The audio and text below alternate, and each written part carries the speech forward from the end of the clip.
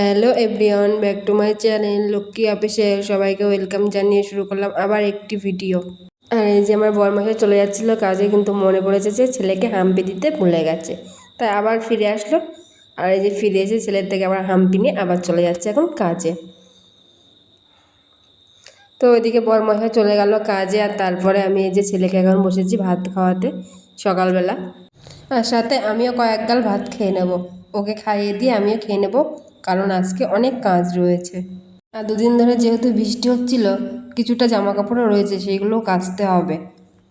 আর কেচে নিয়ে চলে এসেছি দেখো ছাদে। আর আজকে দেখো আকাশের রংটা কত সুন্দর লাগছে, প্রকৃতিটা আমার তো দারুণ লাগছে। এরকম প্রকৃতি দেখতে কার কার ভালো লাগে বলো, আমার তো দারুণ লাগে। আর তারপরে এই জামা কাপড় নিয়ে এসে মেলে দিচ্ছি, যেহেতু দুদিন ধরে টানা বৃষ্টি হওয়ার পরে যখন রোদ ওঠে তখন কত সুন্দর না লাগে দেখতে না প্রকৃতিটা। আমার কাছে কিন্তু দারুণ লাগছে আজকে দৃশ্যটা।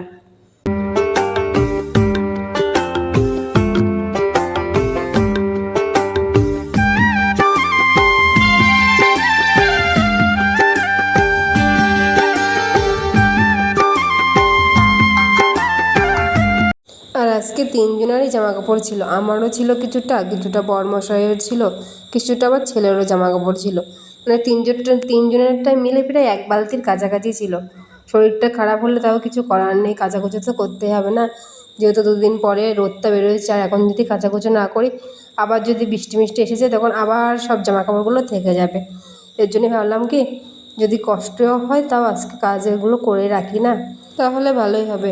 আর আমার দুদিন ধরে শ্বাসকষ্টটা এত বেরোচ্ছে, তার কি বলবো, তবু কাজগুলো করতেই হচ্ছে, কিছু করার নেই, যেহেতু আমাকেই করতে হবে, বাড়িতে তো আর কেউ নেই।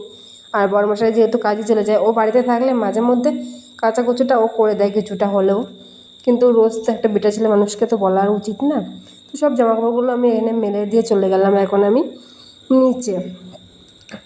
আর নিচে গিয়ে, নিচে তো অনেক কাজ থাকে যেহেতু রান্না হয়েছে সকালবেলা। তো এই যে নিচে এসে পারে এই যে আগে এগুলো মুছতে লেগে গেছি, আর থালা বাসনগুলো কলপারে রেখে এসেছি জল দিয়ে ভিজিয়ে, কারণ ওইগুলো মাজতে হবে। তো ভাবলাম কি আগে রান্নাঘরটা পরিষ্কার করে নিই, তারপরে কি থালা বাসনগুলো মাজবো। এর জন্য এই যে রান্নাঘরটা এখানে পরিষ্কার করে নিচ্ছি আগে আমি।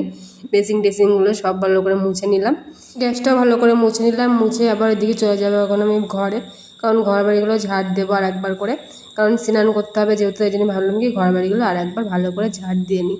এই যে এক্ষুনি ঘর বাড়ি ঝাড় দিচ্ছি, তো আবার একটু পরে দেখো এক্ষুনি জোরদার বৃষ্টি চলে আসবে। মানে এরকমই হচ্ছে এই দুদিন ধরে, মানে এই দুদিন তো টানা বৃষ্টি হয়েছে, তার মধ্যেও আজকে একটু ভালো রোদ বেরোয়েছে সকাল থেকে বেশ, এর জন্য জামা কাপড়গুলো কেচে দিয়েছি। আর সকাল থেকেই মনে হয়েছিল যে আগে জামা কাপড় কাচবো তারপর অন্য কাজ করব, এর জন্য আগে জামা কাপড়গুলো আগেই কেচে দিয়েছিলাম আমি।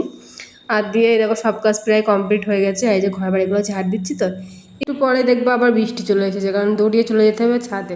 ছাদে যেহেতু অনেক জামা কাপড় রয়েছে, যেহেতু আজকে দিয়েছি মেলে, তো সেইগুলো আবার নিয়ে আসতে যেতে হবে। এই যে সব ঝাড় দিচ্ছে এখন, আর একটু পরে আবার বৃষ্টি আসবে, এটাই হচ্ছে।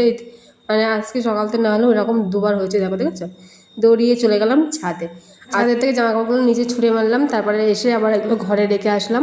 আর রেখে এসে যে গ্রিল দেওয়ার দেখছি আমি যে বৃষ্টি কেমন হচ্ছে। এই যে বৃষ্টি হচ্ছে আমার এক্ষুনি কিন্তু বৃষ্টিটা থেমে যাবে, একটুখানি হওয়ার কি মানে, এটুকুই বুঝবে না, শুধুমাত্র আমরা দৌড় করানো হয় আর কি।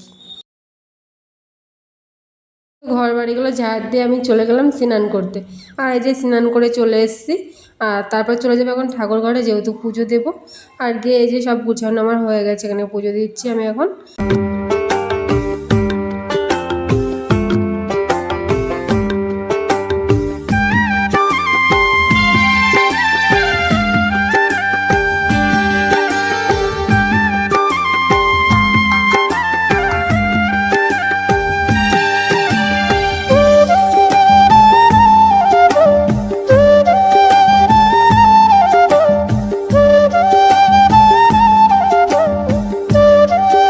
পুজো দেওয়া কমপ্লিট হয়ে গেছে, আর এখন প্রায় 2টো বাজে।